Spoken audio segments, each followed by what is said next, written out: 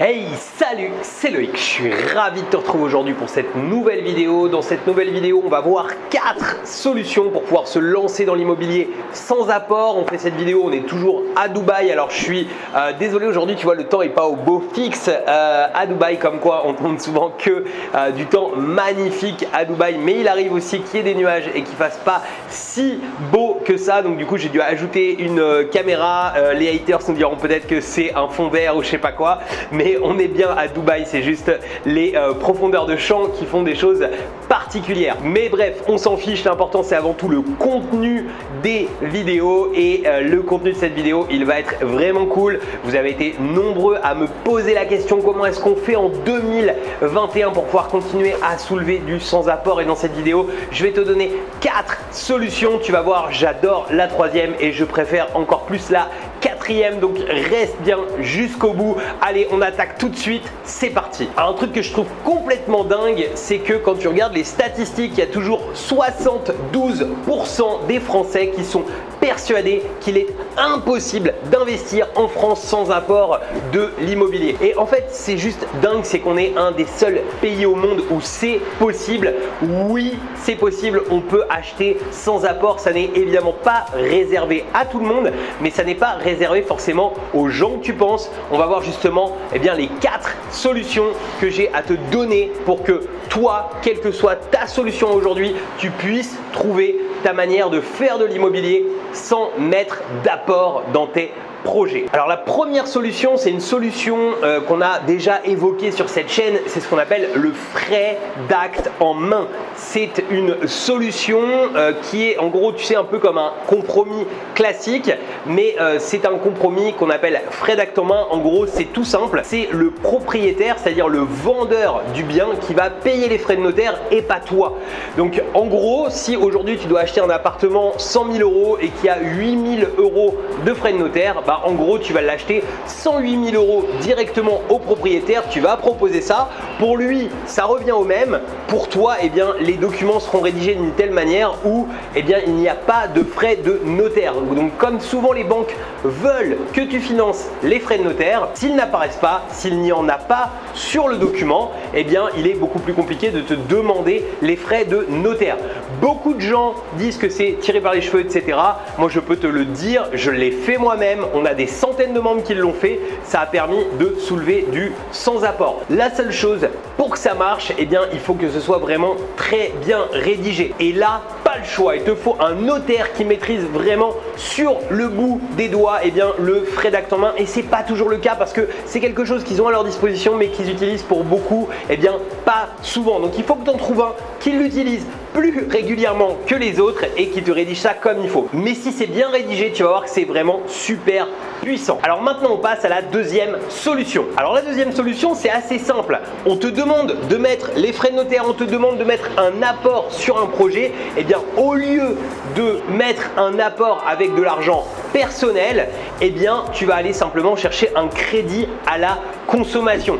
En gros, on te demande de mettre, je sais pas, 5 000 € d'apport. Au lieu de sortir 5 000 € de ton argent personnel, tu vas aller voir des établissements bancaires dont c'est le métier. Tu as tout un tas d'établissements qui sont spécialisés dans les crédits à la consommation. Tu peux avoir des banques aussi qui te fassent ça. Tu peux avoir des cartes spécifiques, tu sais, type carte comme tu as chez Leroy Merlin ou autres, sur lesquelles il y a des réserves d'argent, sur lesquelles il y a des possibilités de faire des prêts qu'on appelle des prêts personnels, sur lesquels il n'y a pas spécifiquement de justification à donner. Et au final, avec ce type de prêt, il suffit juste de les souscrire et tu vas pouvoir par exemple aller souscrire 5 000 € de prêt personnel que tu vas utiliser en apport pour ton crédit.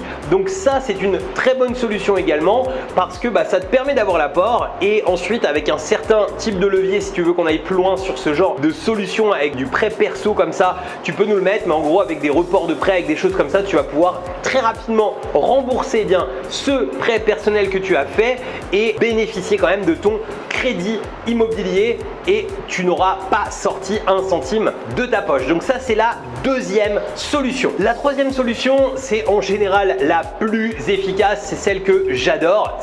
Tu vas trouver ça sûrement bête, mais c'est de faire beaucoup de banques, et ce dès le premier jour où tu vas lancer ta demande. Je vois cette erreur qui est faite tout le temps.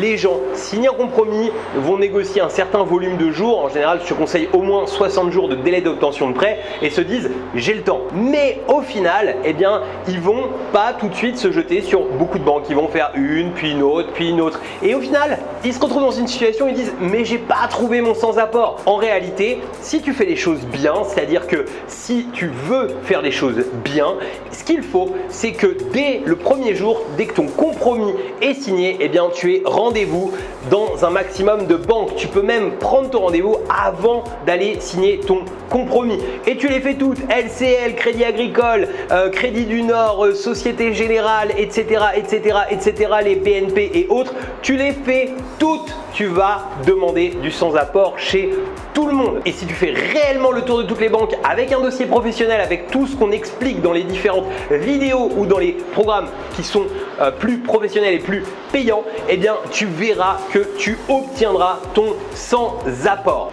Il y a des notions notamment de délégation et qui font que ton crédit bancaire pour le sans-apport est quand même limité à certaines valeurs suivant la personne que tu as en face de toi. Je ne vais pas rentrer dans les détails ici, mais pareil, tu me mets dans les commentaires si tu souhaites que je rentre dans ce type de détails bancaires. Alors la quatrième solution que j'adore et qui est vraiment la plus puissante, c'est tout simplement de se passer des banques. C'est une solution que beaucoup de nos membres ont utilisée. C'est tout simplement ce qu'on appelle la sous-location, c'est-à-dire tout simplement d'utiliser les appartements des autres propriétaires pour pouvoir les relouer sur Airbnb. En gros, c'est le même principe qu'un supermarché, c'est-à-dire que tu vas acheter, eux achètent beaucoup de bouteilles de Ice Tea d'un coup pour les revendre à l'unité plus cher. Eh bien, nous, on va acheter beaucoup de nuits d'un coup. On va acheter, par exemple, l'équivalent d'un an de nuit puisque on va louer l'appartement à l'année et on va les revendre à l'unité ou par 3, par 4, par 5, mais en tout cas en beaucoup plus petite quantité.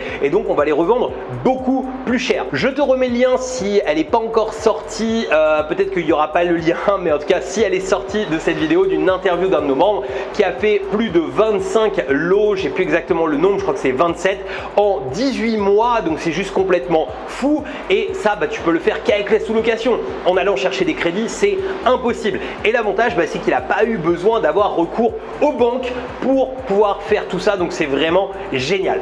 Voilà, j'espère que ces 4 solutions, elles te permettront de pouvoir investir dans l'immobilier sans apport ou sans même avoir recours aux banques. N'hésite pas à mettre dans les commentaires la solution que toi tu as préférée. N'hésite pas aussi à mettre un pouce bleu pour pouvoir encourager cette vidéo et à cliquer sur le bouton s'abonner et la petite cloche de façon à être prévenu à chaque fois qu'on sort de nouvelles vidéos. On les sort toujours de manière un peu aléatoire, donc la seule solution pour être prévenu à chaque fois qu'on sort une vidéo, c'est tout simplement de t'abonner et d'activer cette cloche. Il me reste plus qu'à te dire à très bientôt pour de nouvelles vidéos. Ciao!